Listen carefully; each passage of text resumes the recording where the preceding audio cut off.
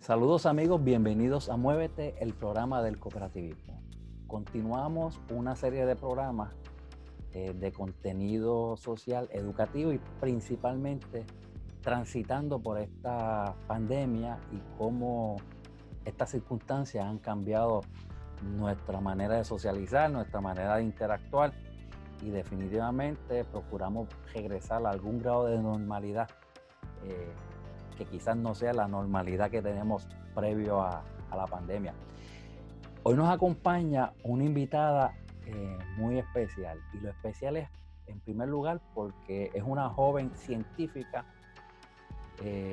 vinculada a Vega Alta, porque ciertamente estudió y transitó sus pasos en la vida escolar en el municipio, la ciudad de Vega Alta. Pero no solamente es que salió de Vega Alta, sino que en su desarrollo académico ha transitado, ha visitado y se ha desarrollado y ha obtenido grandes títulos académicos. Es doctora, ha estado en Stanford, en MIT, en Harvard. Me refiero a la doctora Mónica Ibeliz Feliu Moyel. Bienvenida a Muévete. Gracias por esas palabras, Rubén, y un placer estar con ustedes hoy. Podríamos dedicar mucho tiempo, el tiempo es cortísimo en televisión, pero ¿qué le motiva brevemente involucrarse en las ciencias vivas y que haya dedicado, aun cuando hubiese querido estudiar otras disciplinas, el área de la psiquiatría, que he leído algo de usted, su biografía, pero ha caído en el campo de la investigación y está sumergida como científica en este campo? Pues como mencionaste, yo soy de Vega Alta, soy nacida y criada en Vega Alta. Yo me crié, para los que saben, yo me crié en el barrio Maricao de Vega Alta, así es que yo me crié en el campo de Vega Alta, y eso significa que crecí rodeada de naturaleza. Yo siempre desde pequeña me gustaron los animales, siempre me dio mucha curiosidad el mundo vivo, ¿no? Y la biología se dedica a estudiar ese mundo vivo. Así que desde muy pequeña siempre estuve muy curiosa por todo lo que tenía que ver con la ciencia, y según fui progresando en la escuela, inicialmente pensaba o quería ser psiquiatra porque tenía un interés particular en el cerebro, y en aquel momento, como yo creo que muchos otros estudiantes en Puerto Rico, cuando a ti te interesa la biología, pues una de las primeras opciones que te dan es, pues tienes que estudiar medicina. Así es que yo pensaba que estudiar psiquiatría me iba a poder permitir explorar el cerebro, pero una vez llegué a la universidad, yo estudié en la Universidad de Puerto Rico en Bayamón, me enteré de que podía hacer investigación, de que en Puerto Rico hay muchísimos científicos y científicas que están haciendo investigación de calidad mundial, y pues me involucré en la investigación científica, decidí continuar esa ruta. Como bien menciona, luego de completar mi bachillerato, estuve en la Universidad de Stanford haciendo investigación, estuve luego en MIT e hice mi doctorado en la Universidad de Harvard.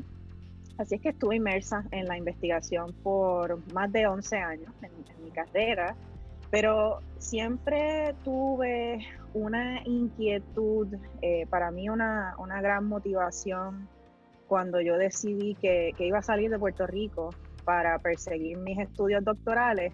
Una gran motivación era que yo quería regresar al país, ¿no? Y quería de alguna forma aportar al avance de la ciencia, y cómo puedo utilizar la ciencia para servirle a Puerto Rico. Y mientras estaba haciendo investigación, conocí de Ciencia Puerto Rico, que es una organización con la que trabajo hoy día. En aquel momento me involucré como voluntaria y me di cuenta a través de mi voluntariado con esa organización de que habían otras maneras, más allá de la investigación, en las que podía aportar a Puerto Rico, en este caso la educación y la comunicación de la ciencia. Y entonces, una vez acabé el doctorado, decidí que ese iba a ser mi enfoque, utilizar la comunicación y la educación para conectar la ciencia con mi gente, ¿no? Con mi cultura, con quien yo soy, y en eso es que me enfoco hoy en día. Esta organización que hoy día usted es su portavoz en comunicaciones, ¿verdad? ¿Agrupa exclusivamente a científicos o agrupa a científicos y a otras personas interesadas en el campo de la ciencia? Nosotros agrupamos a cualquier persona que tenga un interés en la ciencia y en Puerto Rico. Y eso, ¿no? Tú lo defines, ¿no? La persona define cómo se manifiesta ese interés por la ciencia y por Puerto Rico. Nosotros, Ciencia Puerto Rico, es una organización sin fines de lucro, pero a través de la comunidad que hemos creado, somos el colectivo más numeroso de científicos y científicas puertorriqueñas del mundo. Tenemos sobre 12,000 personas en nuestra comunidad, y todas esas personas, ¿no?, tienen una conexión de alguna manera con la ciencia de Puerto Rico. No todos son científicos ni no todos son puertorriqueños. Hay educadores, hay estudiantes, hay ciudadanos particulares en nuestra comunidad, pero nosotros como organización lo que hacemos es que aprovechamos ese interés y ese compromiso que tienen los miembros de nuestra comunidad para buscar crear impacto social en Puerto Rico de distintas maneras, a través de la divulgación de la ciencia, a través de la educación a nivel escolar, y también apoyando el desarrollo profesional de líderes científicos jóvenes en Puerto Rico. En este momento, tengo entendido que hay 3 organizaciones profesionales relacionadas con la ciencia en el área de investigación que se han unido, aunque mantienen vínculos de colaboración muy estrechos, y han presentado propuestas, una serie de propuestas específicas a la gobernadora de Puerto Rico, puntualmente relacionado con la atención a la situación que estamos atravesando globalmente, pero en el caso que nos atañe a nosotros directamente, la pandemia en Puerto Rico. ¿En qué consiste específicamente esta propuesta y qué realmente ustedes persiguen o qué están haciendo en apoyo a los demás sectores profesionales de la salud para mitigar, controlar, continuar la fase investigativa y que finalmente nosotros, la gente común y corriente, podamos beneficiarnos de ese esfuerzo y de la inteligencia que ustedes colocan en cada una de sus investigaciones? Pues Ciencia Puerto Rico, en conjunto con la Coalición de Sabiduría de COVID-19 para Puerto Rico, o COSACO, y la Red de Acción Puertorriqueña para una Política Pública basada en evidencia científica, o PRSPAN por sus siglas en inglés, nosotros como colectivo le cursamos una carta a la gobernadora Wanda Vázquez y al secretario de Salud Lorenzo González. La carta se la enviamos el 26 de mayo, y en esa carta nosotros expresamos la importancia de que en Puerto Rico se tomen decisiones que estén basadas en la evidencia científica para mitigar esta pandemia de COVID-19. En particular, uno de los puntos más importantes de esta carta es que nosotros le pedimos que prioricen el uso de las pruebas moleculares de PCR para detectar infecciones con el virus, con el coronavirus que causa la enfermedad de COVID-19. Nosotros enfatizamos la necesidad de que en Puerto Rico se prioricen estas pruebas por varias razones. La primera es que estas pruebas moleculares de PCR son las pruebas que nos permiten decir si alguien tiene el virus o no. Para tú, dentro de esta pandemia, por el hecho de que no tenemos tratamientos, no tenemos vacunas todavía, lo más importante que podemos hacer es prevenir infecciones. Y pues para tú poder prevenir infecciones tienes que saber dónde están. Y estas pruebas moleculares te permiten identificar quién está infectado para tomar medidas de aislarlos y proteger a las comunidades para evitar brotes. Y desafortunadamente en Puerto Rico no se han estado priorizando estas pruebas. Se han estado priorizando otro tipo de pruebas, que son lo que se le llaman las pruebas serológicas rápidas. Y las pruebas serológicas rápidas no sirven para diagnosticar el virus porque no te permiten detectarlo, sino que estas pruebas te permiten ver la reacción del cuerpo a la infección con el virus, cuando nuestro cuerpo se expone. Con el agravante, disculpe que le interrumpa, que ahora nos enteramos en estos días que el Departamento de Salud está recogiendo cantidades de estas pruebas que fueron distribuidas tanto en municipios, laboratorios privados, porque tienen un problema, ¿verdad? Las pruebas alegadamente han detectado que no sirven, tienen unos problemas de diseño y no están dan falsos negativos, o sea, falsos positivos. Pero realmente nos encontramos ahora, y estuve escuchando y conversando con otras personas del área de la salud, que indican que también tenemos un muy poco inventario de las pruebas moleculares, o sea que realmente nos colocamos en una situación un poquito difícil.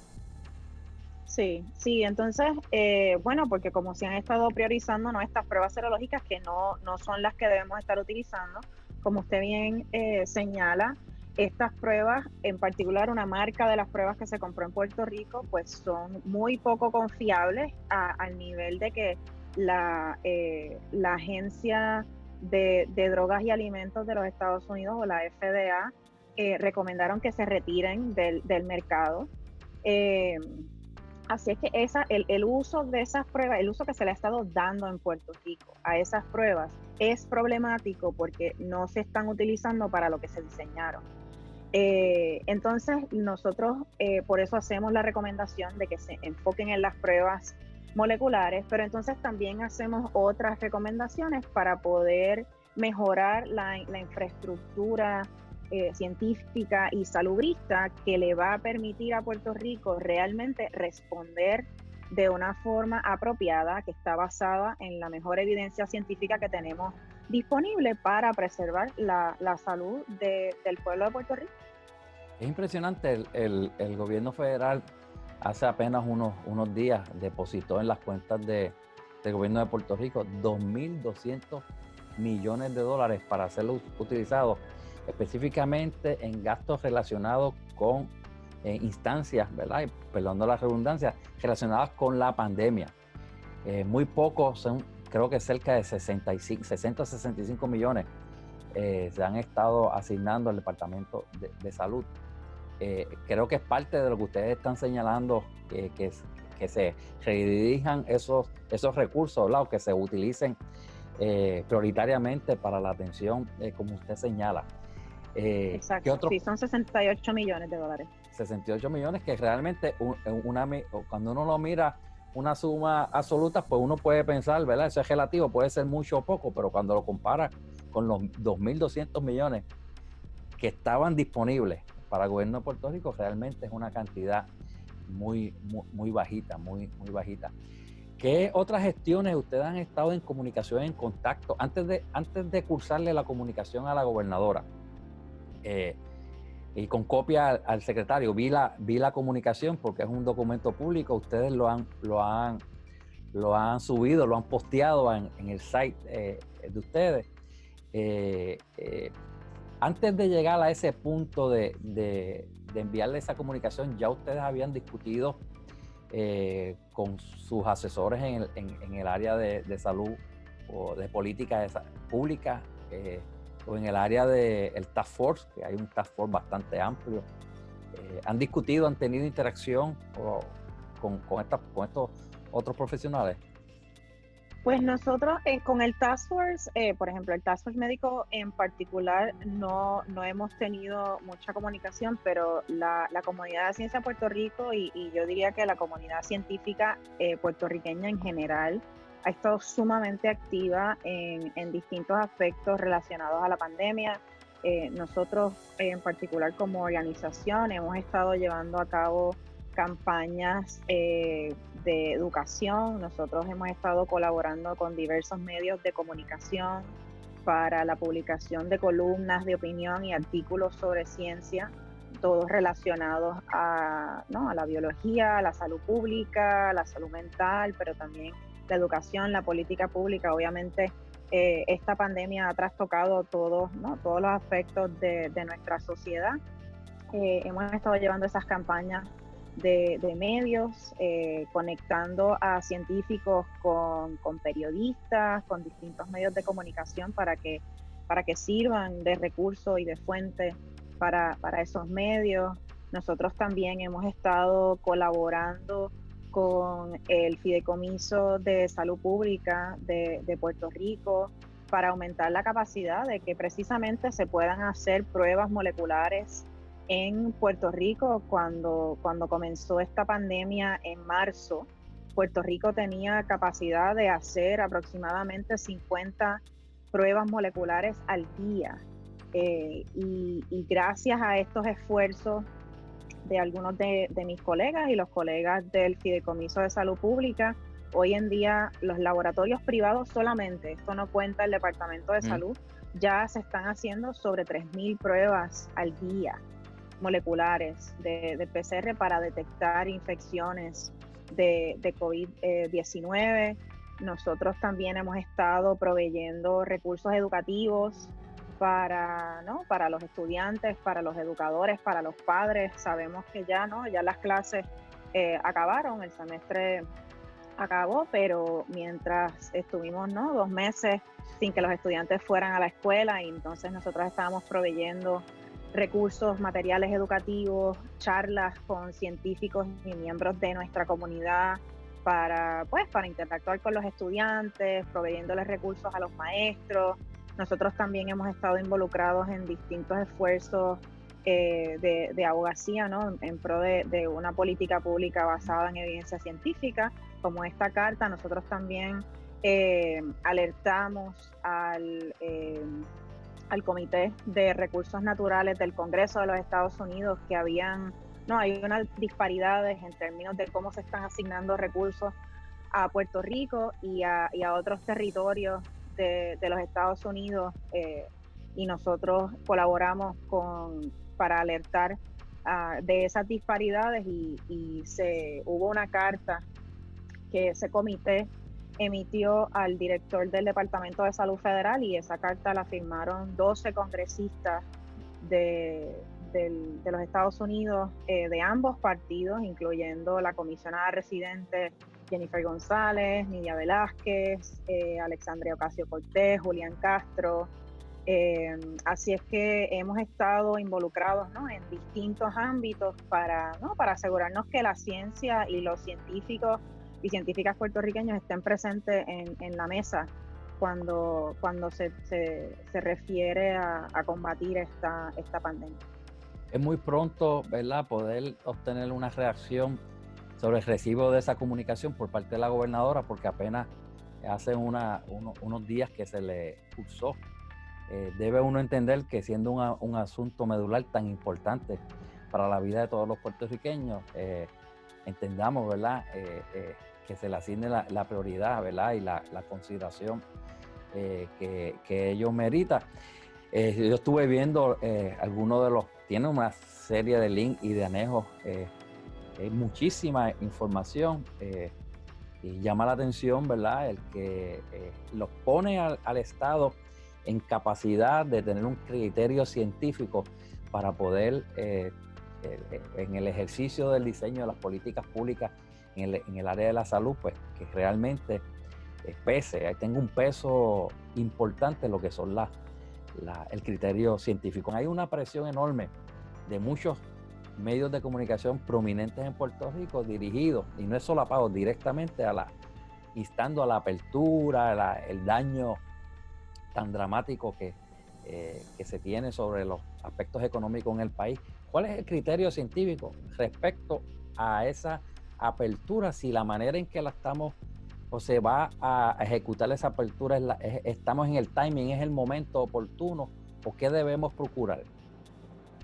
Sí, obviamente hay presiones económicas, hay presiones sociales, ¿no? O sea, tenemos que entender, y nosotros como comunidad científica y como organización, nosotros entendemos que ninguna decisión política se da en un vacío, ¿no? O sea, hay que tomar en cuenta la educación, hay que tomar en cuenta la economía, hay muchísimas cosas que hay que tomar en cuenta en cualquier toma de decisiones, pero en particular por esto ser una situación en la que la ciencia y la salud pública es medular, es bien importante que esas decisiones estén fundamentadas en la mejor evidencia científica y salubrista.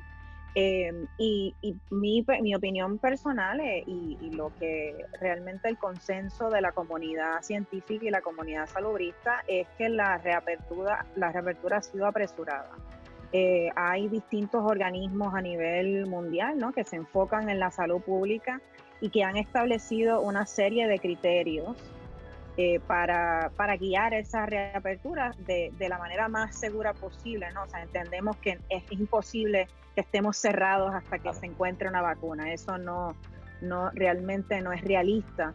Pero sí hay unos criterios y Puerto Rico no cumple con esos criterios. Por ejemplo, uno de los criterios es que tenemos que ver un descenso en la cantidad de casos positivos por 14 días consecutivos, y en Puerto Rico todavía no hemos visto eso, aunque la realidad es que no tenemos un panorama del número de casos, de cuántas pruebas se están haciendo, de cómo se ve, ¿no?, esa famosa curva epidemiológica, porque desafortunadamente en Puerto Rico ha faltado la confiabilidad y la transparencia en torno a los datos. Pero con la información que tenemos, sabemos que Puerto Rico no cumple con ese criterio del descenso por 14 días consecutivos. Puerto Rico todavía no tiene un sistema de rastreo de contactos, aunque eso es algo que se está trabajando y que finalmente se logró un acuerdo con el municipio de Villalba y con la epidemióloga Fabiola Cruz, que fue pionera, ¿no?, en desarrollar este sistema para el municipio, y ahora ella lo está adaptando para todo el archipiélago puertorriqueño. Y Puerto Rico tampoco tiene ahora mismo la capacidad o un sistema para hacer pruebas diagnósticas a nivel masivo. Como mencioné al principio, es bien importante nosotros poder tener la capacidad de detectar infecciones temprano para tomar acción, para cortar, ¿no?, esas cadenas de transmisión, y todavía no tenemos eso. Y en parte de eso viene la recomendación que hemos hecho a la gobernadora. Así es que mi opinión es que, y el consenso de muchos de mis colegas, es que la reapertura se ha dado muy temprano, y obviamente nos preocupa que haya un alza en los casos. ¿Cuál es nuestra capacidad de detectar esa alza si ocurre? ¿Qué va a pasar? ¿Cómo eso va a impactar el sistema de salud? ¿Cómo va a impactar la economía? Así es que sí, hay bastante preocupación.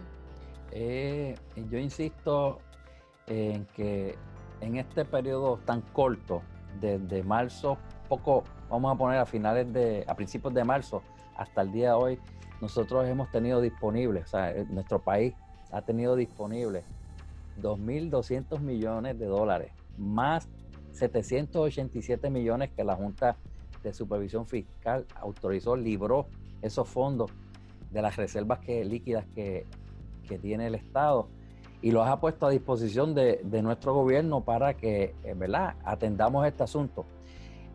Lo mucho no es suficiente, ¿verdad? Es una pena que no se destinen fondos y se pongan en las manos y en las mentes que realmente tienen un conocimiento, unos estudios para ayudarnos a transitar y a buscarle salida y soluciones a estos temas, a este tema que es de vida o muerte tan importante para nosotros. ¿Cuál es el próximo paso de acción de la organización que usted es portavoz respecto a COVID-19? Pues nosotros continuamos educando, ¿no?